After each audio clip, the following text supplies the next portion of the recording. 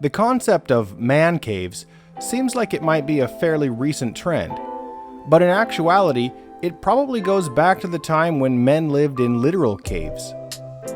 In previous generations, it was the garage or the workshop where you'd find your dad spending his time. In Victorian times, you'd have dads retire to the study.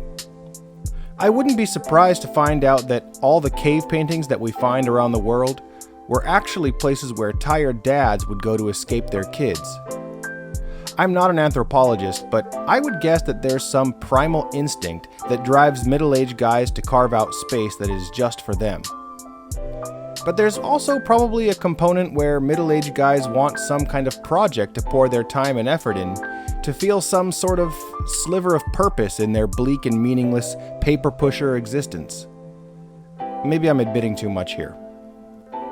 This is my long-winded justification for why I spent the last few weeks renovating a dusty old room in my house and creating my own gaming room. Sure, it's ostensibly for the kids, but I gotta admit, when I saw them drinking Coke next to the game consoles, I almost had a heart attack, and I realized in that moment, it's mostly for me that I made this room. The unexpected thing here is, I don't actually feel any nostalgia in this room at all.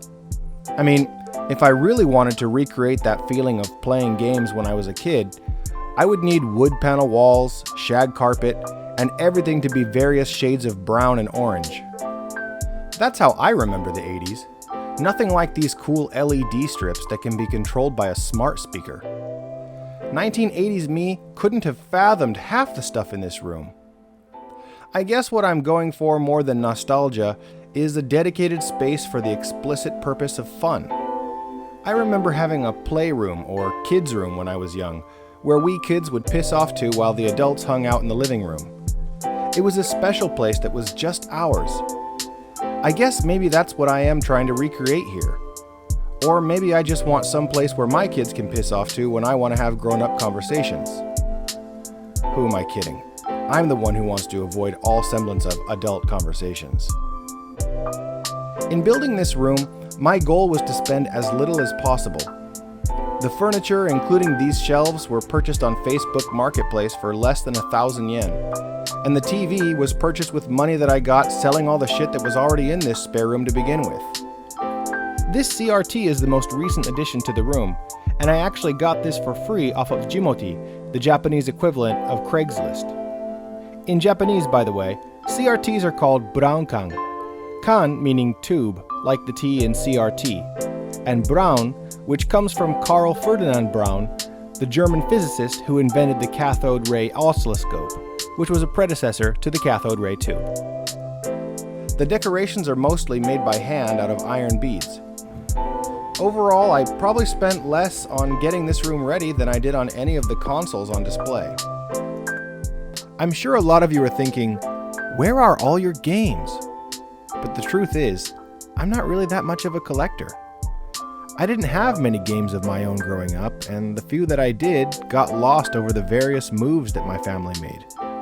But all of these mini consoles, and even the Wii, have all been hacked and filled with my favorite games, so I feel like this is enough.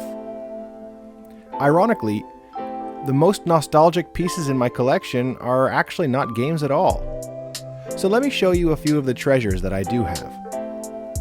This arcade marquee from the 4-player version of Konami's X-Men has enormous sentimental value for me. My grandma used to take all my siblings and cousins to Pismo Beach every year for New Year's, and we would all crowd around this game feeding it endless quarters. Later when I was in college, my cousin and I pooled our money and actually bought a 4-player cabinet of our own. It stayed with me for years until I decided to sell it when I moved to Japan.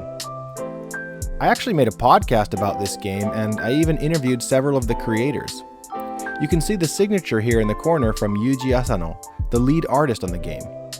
He even drew this special piece for me as well. In a similar vein, this marquee from the Midway game Trog is absolutely priceless. The first time I played it was on a cross-country road trip years ago when I was just a kid, and it inspired the nickname of my younger brother. A few years ago, we took a road trip to try to track down that machine, and we made a podcast about that journey as well. We actually got to meet the creators of the game, George Petro and Jack Hager, at the Galloping Ghost Arcade in Chicago, and we played the game with them. You can see their signatures here.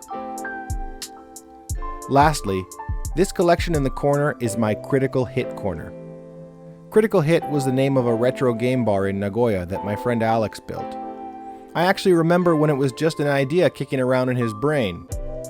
But for the last 10 years, that bar has been my home away from home. It's where I would go to scratch my itch for retro games, as well as connect with an awesome community of people.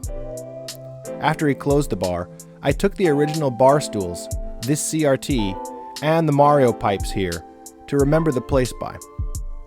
In fact, on the last night that the bar was open, I actually beat Bible Adventures on the NES for the first time in my life on this very CRT. It's not the same as hanging out there with my buddies, but it is a little slice of Critical Hit that brings those memories back up. The room is still far from complete, but that's sort of the point. To have an endless project that I can put my time into, like the Winchester Mystery House, which was always in some state of construction as a way to confuse the ghosts who haunted the widow of the Winchester rifle maker. So for now, let's call this video part 1 of an ever-evolving game room, and hopefully, over time, we can all watch it grow together.